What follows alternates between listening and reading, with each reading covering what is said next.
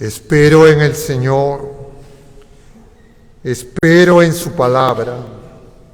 El Señor esté con ustedes. Lectura del Santo Evangelio según San Mateo. En aquel tiempo, inmediatamente después de la multiplicación de los panes, Jesús ordenó a sus discípulos que subieran a la barca, se le adelantaran a la otra orilla, mientras él despedía a la gente. Y después de despedir a la gente, subió al monte, a solas, para orar. Llegada la noche, estaba allí solo. Mientras tanto, la barca iba ya muy lejos de tierra, sacudida por las olas, porque el viento era contrario. De madrugada se les acercó Jesús, andando sobre las aguas. Los discípulos, viéndolo andar sobre el agua, se asustaron y gritaron de miedo, pensando que era un fantasma. Jesús les dijo enseguida: «Ánimo, soy yo, no tengan miedo». Pedro le contestó: «Señor, si eres tú, mándame ir hacia ti andando sobre el agua». Él le dijo: «Ven». Pedro bajó de la barca y comenzó a caminar sobre el agua, acercándose a Jesús, pero al sentir la fuerza del viento, le entró miedo, empezó a hundirse y gritó: «Señor, sálvame». Enseguida Jesús extendió la mano, lo agarró y le dijo: «¡Qué poca fe! ¿Por qué has dudado?». En cuanto subieron a la barca, se calmó el viento. Los de la barca se postraron ante él diciendo: «Verdaderamente eres el Hijo de Dios». Palabra del Señor.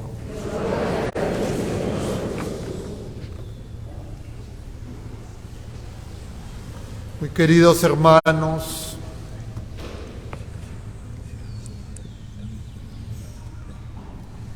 pero no me han dado pues. Muy queridos hermanos, estamos en este 19º domingo del tiempo ordinario y estamos contemplando este pasaje del Evangelio que corresponde al capítulo 14. Y señalo el capítulo porque eso es algo que hay que notar. Pero claro, a veces ustedes no se dan cuenta de algo que es muy importante, la secuencia de las enseñanzas. Y les pregunto, hoy acabo de proclamar capítulo 14 de San Mateo. El domingo de la semana pasada, el Evangelio, ¿de quién? ¿De qué Evangelio proclamamos? ¿De qué evangelista?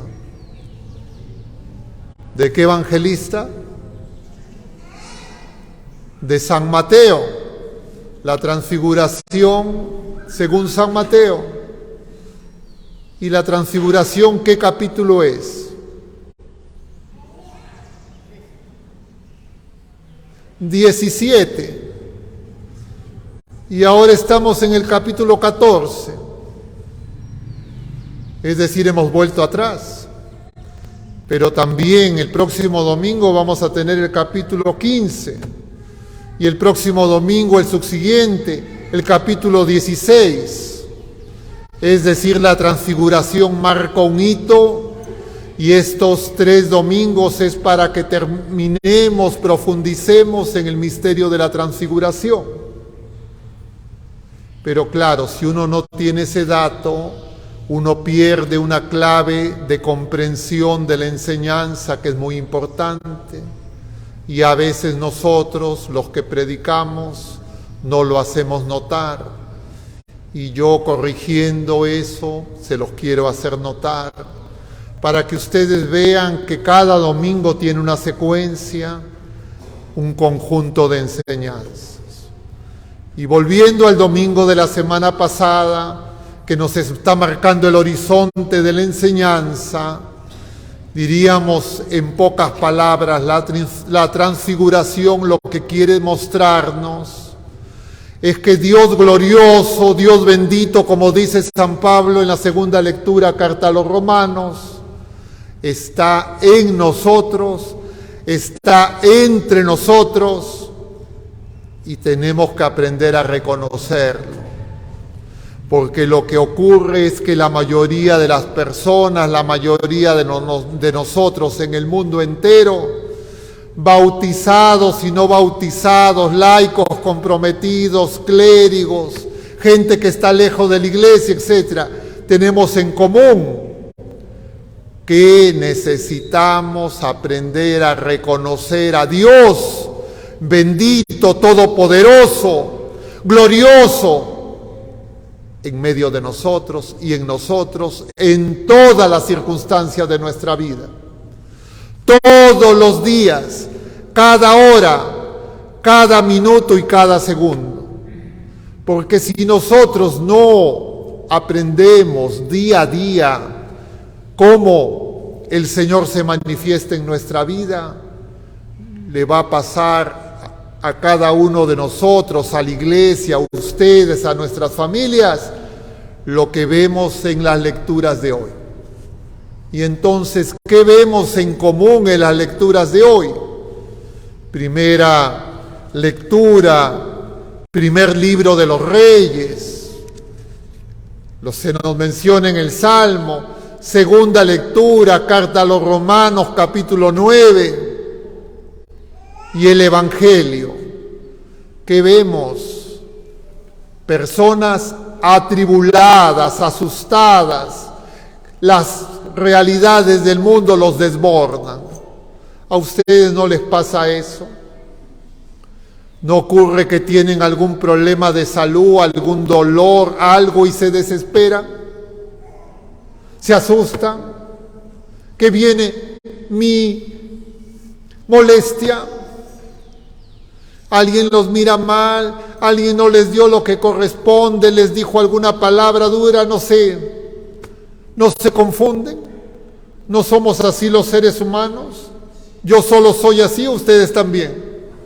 Así somos todos, absolutamente todos los seres humanos, desde el niño recién nacido hasta la persona de 80, 90 años, 100 años, los años de vida que el Señor le quiera dar en la vida presente.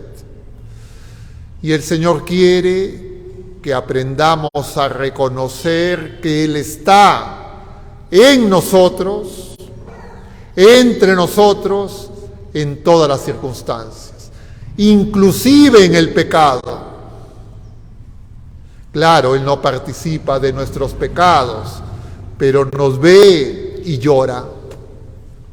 Y entonces, con eso en mente, vamos rápidamente a las lecturas. Primera lectura, primer libro de los Reyes. ¿Qué está pasando?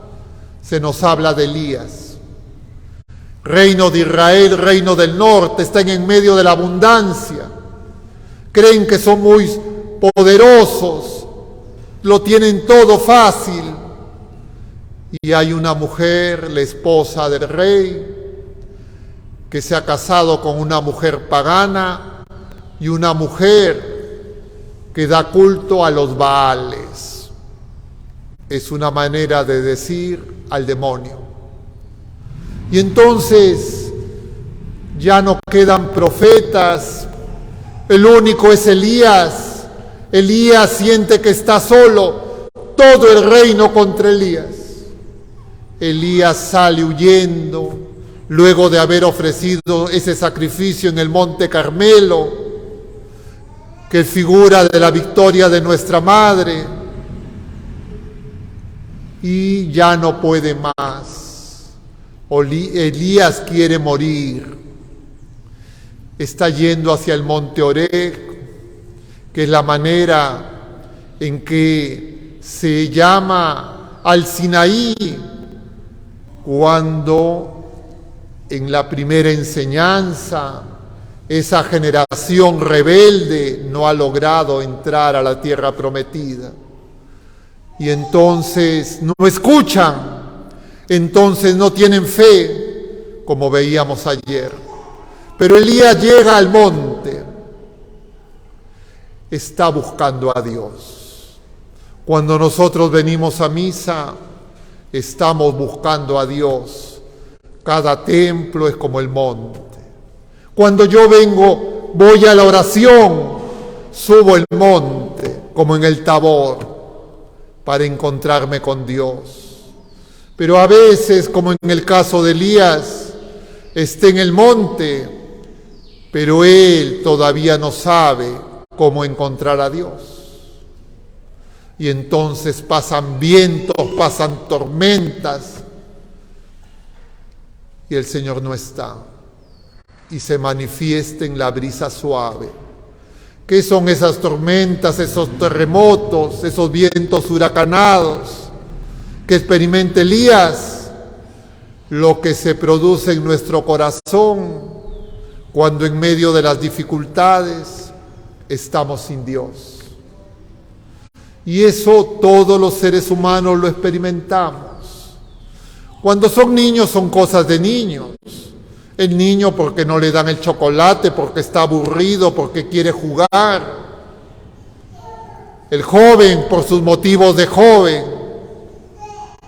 Y el adulto, el anciano, cada quien en sus momentos. Pero está el Señor. Elías lo tendrá que aprender. Elías descubrirá que no es que él estaba solo, porque Elías creía ya yo solo. No está solo. Tan es así que al bajar del monte se va a encontrar con Eliseo, que va a ser el quien lo va a seguir. Hay toda una comunidad que Elías ni se había enterado. Él creía que era el único piadoso, el único que todos los demás estaban mal. ¿Cuántas veces pensamos así? En el Evangelio se nos muestra eso. Les podría decir, el Evangelio nos está presentando lo que pasa en la misa y después de la misa. Porque este Evangelio es inmediatamente después de la multiplicación de los panes. La multiplicación de los panes nosotros ya sabemos que es el anticipo de la Eucaristía. Y entonces cuando venimos a la misa, el Señor nos enseña, el Señor nos habla, el Señor nos alimenta, pero luego salimos de la misa. Y a veces salimos de la misa y no vamos con el Señor. Lo dejamos al Señor en el templo. Y ya en la puerta empiezan los problemas.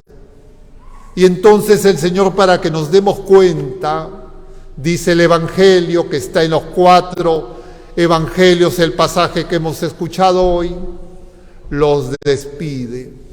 Ahora al terminar de misa también los vamos a despedir. Vayan ustedes en paz. Algunos irán con paz, es decir, llevarán al Señor. Pero otros han venido con sus preocupaciones, con sus inquietudes, con lo que ellos creen que ellos son. Y en la misa no han logrado descubrir al Señor, porque están cansados, embotados de las cosas. Como niños pequeños, no entienden nada. Y entonces, ¿qué ocurre? Que el Señor sube, dice, solo a orar. Esa figura de Jesucristo que siempre está orando por nosotros. Todos los días, cada segundo, Si yo supiera, si yo creyera que Dios ora por mí y que me puedo unir a esa oración, y ya no solo Él ora por mí, sino yo oro con el Señor, yo no tendría miedo, yo no tendría temor a ningún problema, porque yo sé que para Dios no hay nada imposible, porque yo sé que el Señor conoce lo que hay en mi corazón y que Él está orando por mí. Mejor que los brazos de una madre, mejor que en el útero de una madre, porque algunas madres, con su tensión, con su estrés, contagian al hijo, a la hija, sus inquietudes, sus temores, y eso está estudiado hasta médicamente, desde el útero materno, porque todos esos neurotransmisores biológicamente estudiados que se producen cuando nosotros no tenemos paz, se le comunican al niño. Y claro, hay niños que nacen ansiosos. ¿Por qué? Porque vivieron en una familia ansiosa. La madre llevó su gestación ansiosa y entonces el niño desde recién nacido, incluso desde el útero materno, ya es ansioso. Y claro, la psicología moderna le quiere dar sedantes, no entiende nada y los padres lo tienen que entender. Jesús no es un sedante, Jesús es la vida, es la paz. Y entonces, primera enseñanza muy importante, Jesús todos los días, cada segundo, ora por nosotros, nos está viendo. Yo tengo que unirme a esa oración. Apenas surja la menor dificultad o cuando crea que todo está muy bien. Pedro,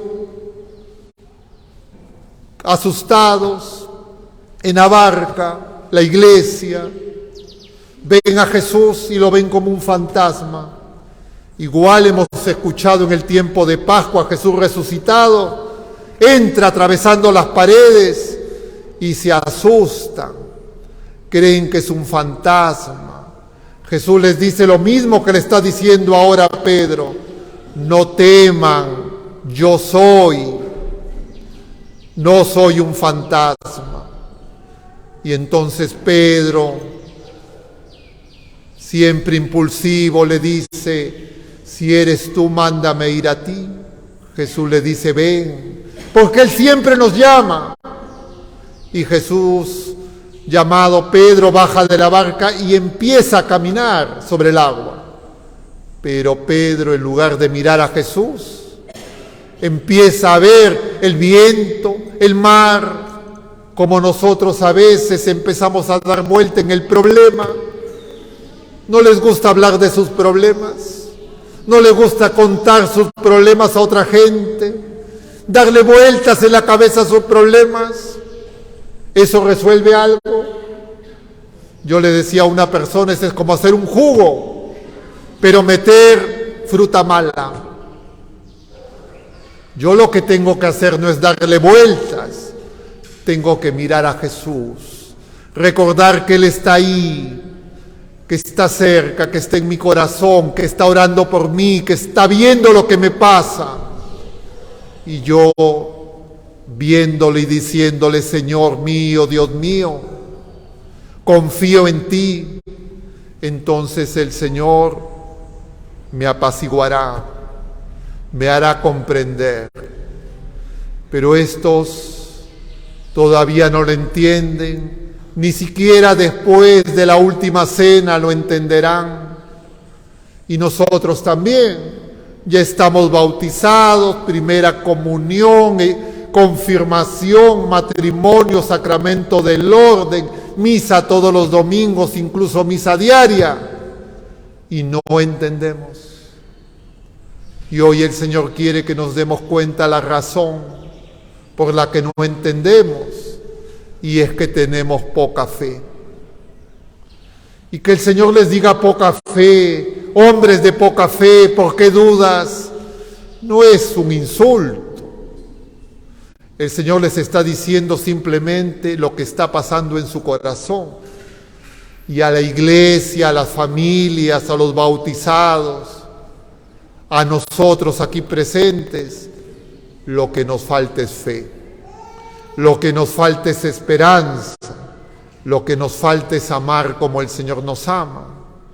Y tenemos que darnos cuenta, porque el Señor sabe que tenemos poca fe. Ayer el Evangelio decía, si tuviera fe como un granito de mostaza, pero ni siquiera así es nuestra fe. Por eso necesitamos crecer en la fe. ¿Y cómo crecemos en la fe? Sabiendo que el Señor está orando por nosotros y nosotros uniéndonos a esa oración, porque el Señor está pidiendo por cada uno de nosotros con nombre y apellido y nos conoce a todos. Pero a veces uno dice, no, estoy lejos, no se puede. Y claro, uno puede llegar a creer que en mi caso, eso es imposible para Dios. Yo veía las noticias recientes con dolor, porque una vez más, esas personas que no conocen a Dios creen que van a resolver los problemas sin Dios. Y me refiero específicamente a este caso de esa niña madre que se llama Mila, si no me equivoco, que es como el diminutivo de Milagros, que el Señor nos está gritando que está ahí. Y las autoridades, los poderosos dicen, no, hagamos lo que nos da la gana, no hay Dios. Y entonces eso ocurre porque nosotros nos falta fe, porque nuestro país bendito, como dice San Pablo,